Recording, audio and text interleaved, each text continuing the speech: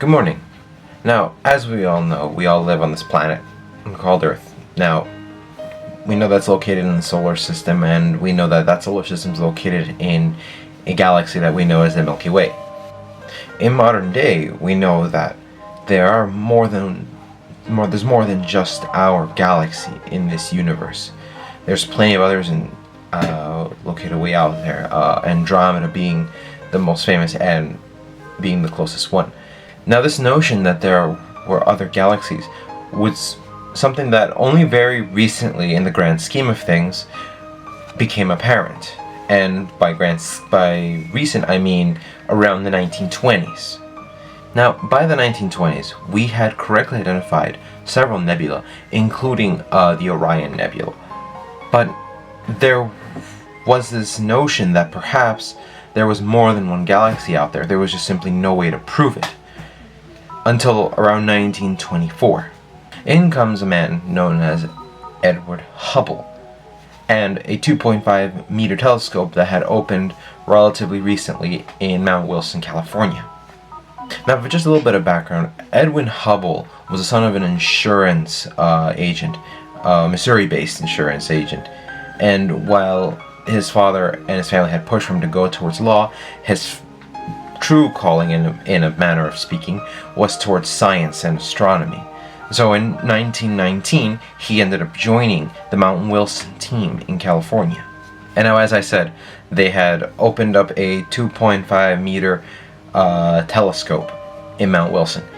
Now, when you combine Hubble and his not only draw towards science and his ability to observe, plus a brand new for 1924 or the 1920s more specifically, telescope, you have Hubble discovering the first other galaxy apart from our own, which was Andromeda. Now, the way he did this was that he had found Cepheid patterning in some of the stars that were within Andromeda. And through this, he was able to come to the conclusion that this was another galaxy some ways away. Now, he didn't get the distance correct, but just the fact that he had found another galaxy was monumentous, especially for around then, because for the first time we had understood that our galaxy was not the center of the universe, and that there were perhaps others, and indeed there are. And this leads into the topic of my video, other galaxies. Now, with other galaxies being confirmed to exist, it was now time for Hubble and other astronomers to start observing them and to start categorizing them and start finding patterns and such, as we always do when we discover something. And while they were observing other galaxies, they noted other characteristics such as their shape, which is one of the ways in which they're categorized. For example, our Milky Way galaxy and Andromeda are both spiral galaxies. Now, spiral galaxies are galaxies that, well, as the name implies, they effectively go in like a spiral. They look like akin to like a spinning top. These galaxies are usually made up of, well, a halo, spiraling arms, a disk, and almost like a bulge in the center. Basically, almost like what today we kind of associate with what a galaxy looks like. A little bit of a side note: the bulge in our galaxy, right around the middle, has a supermassive black hole. Sagittarius A is his name, if I remember right. Now, the disks within spiral galaxies are super noticeable, usually because they're just crowded full of dust, and so that is something we can super easily pick up on when first observing spiral galaxies. Spiral galaxies also have, well, not all of them, but some of them do have something that looks like bars in them, that almost have like trails of dust and stars coming out of them.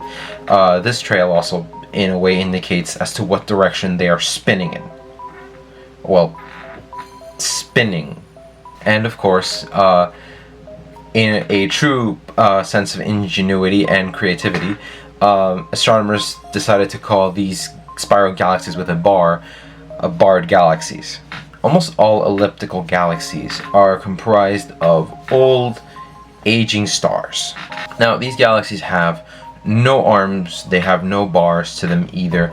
They really, in a way, almost look very flat, per se. Not as flat as like a spiral galaxy, but it looks almost flat, like, say, a little bit like a puddle. That's the way I would call it. Slight fun fact, though, elliptical galaxies, there are a few very rare type of elliptical galaxies, at least that we've observed so far, that actually are much bigger in terms of diameter than even our own Milky Way galaxy and most other spiral galaxies. Now, unlike spiral galaxies where the stars effectively almost appear as though they're orbiting the center of the galaxy in the same direction, hence the arms and the way they look like they're spiraling in one particular direction, elliptical galaxies do not have that. The stars closest to the center appear to orbit in different directions, which is most likely why there's no such thing as like a bar within elliptical galaxies like the way there are in spiral galaxies. Now, these elliptical galaxies, they range in sizes from dwarfs to giants. The giants are particularly easy to spot because they are giant, but the dwarfs are the hardest to spot because they're just so faint. The next category is irregular galaxies. And these are galaxies that, well, as the name implies, they don't exactly fit in any particular category. Hubble and the other astronomers basically decided to lump all of these galaxies that don't exactly fit the description and just sort of lump them together for now into one big category. And to be fair to their credit, they did have a good reason for doing this. And that's because irregular galaxies appear very disorganized, unlike, say, elliptical or spiral galaxies. A mix of old and new stars, and their orbits are not exactly in the same organized matter. The most interesting concepts when it comes to studying galaxies is that the universe itself is still continuing to expand. And this is, again, something that's relatively new in the grand scheme of things, but, well, it was only about 100-ish years ago that we started to think of something like this as being possible.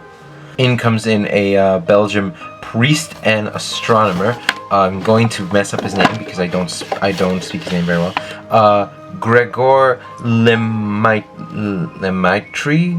but he was the first one to suggest that we live in an expanding universe. And he did this effectively by saying that Einstein's equations for relativity were matching with the rate of expansion in which the universe was continuing to expand. However, even though he was in some ways one of the first to kind of publicly announce something like this, it would take Hubble and another scientist to come up with a rather concrete, almost pattern or formula as to how the universe was expanding. In comes a man named Milton Humason, who had dropped out of high school and was working to bring supplies up to Mount Wilson. However, he had become interested in the work that Hubble and the other astronomers were doing there. And so over time, he started to work there as a janitor. And with some time, he actually ended up, in the end, collaborating with Hubble to come up with a concept that showed that galaxies were actually receding away from our own. And this concept would end up becoming something known as Hubble's law. On a slight personal note, galaxies are something that have always fascinated me.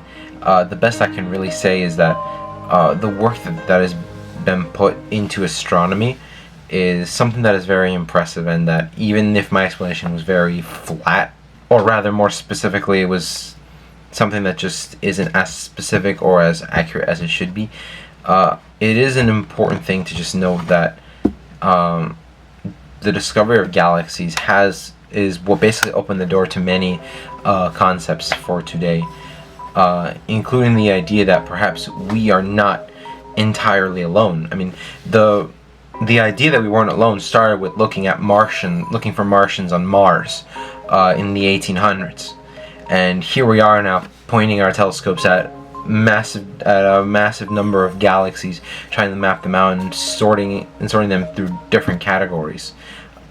So yeah, that was my video on other galaxies. Thank you for watching.